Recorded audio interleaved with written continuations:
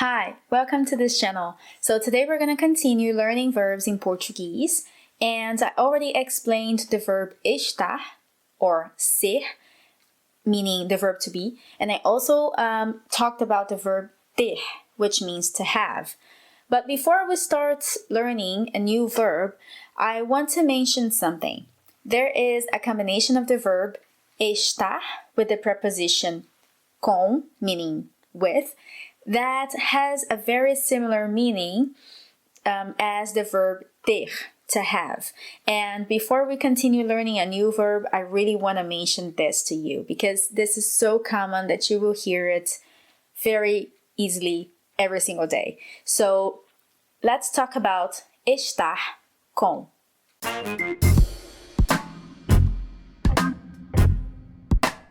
So as I said, it has a similar meaning as to have. So it indicates somehow a possession. But pay attention that you cannot simply substitute ter by estar com, because there are some specific contexts that you can use estar com. So let's learn them now in this video. So the first use is when you want to express a physical condition or state. You can say, for example, eu tenho fome. So you are using the verb ter. But it's very common that people will say eu estou com fome instead of tenho fome. Eu tô com fome. So that's how we use it basically. Ela está com sede. So ela tem sede is correct. You can say it. But we also hear it quite often, the sentence ela está com sede. Tá com sede? Estamos com sono. Estamos com sono. You can say temos sono, but I think we will mostly say it naturally in any context. Estamos com sono. A gente está com frio. Of course, I can say a gente tem frio, but estar com is very common, and then you can say a gente está com frio. Alright? All these examples I'm mentioning now are in the PDF that I put in the link in the description of this video, so you can check it out as well and see the usages. So let's continue. You can also use estar com to talk about health conditions. For example, ele está com febre. I can say ele tem febre, but it's also acceptable to say ele está com febre. And you can mention also other types of health conditions. For example, eu estou com dor de cabeça. Eu tenho dor de cabeça, or eu estou com dor de cabeça.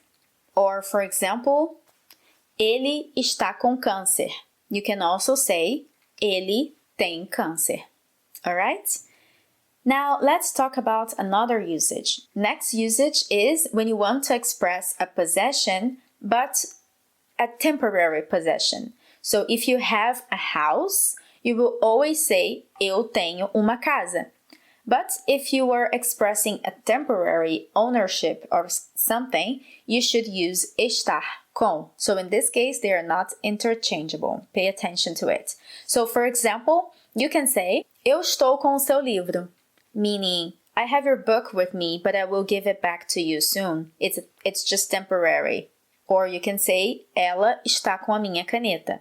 So the pen is still mine. She will give it back to me at some point, but at the moment she has it. Alright? So it's a temporary possession. Another example is você está com a sua carteira? Você está com a sua carteira? Meaning, do you have your wallet? And let's imagine you are watching a series or something and there's a kidnapping going on. And the police can say, for example, eles estão com ela, meaning they have her temporarily, but she's being kidnapped and at some point the police will get her back. So that's why you could hear someone saying, eles estão com ela. Alright, so just to give you some possible contexts. Now, another usage is when you are expressing an emotional state, feelings. So, for example, I can say, eu estou com medo. Eu estou com medo.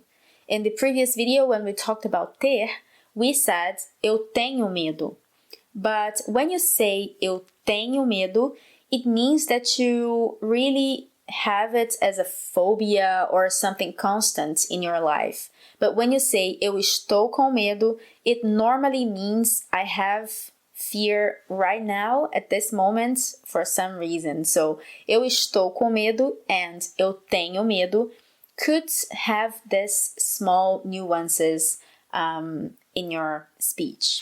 Another example, ele está com raiva. Estou sempre com raiva. Or estamos com saudade.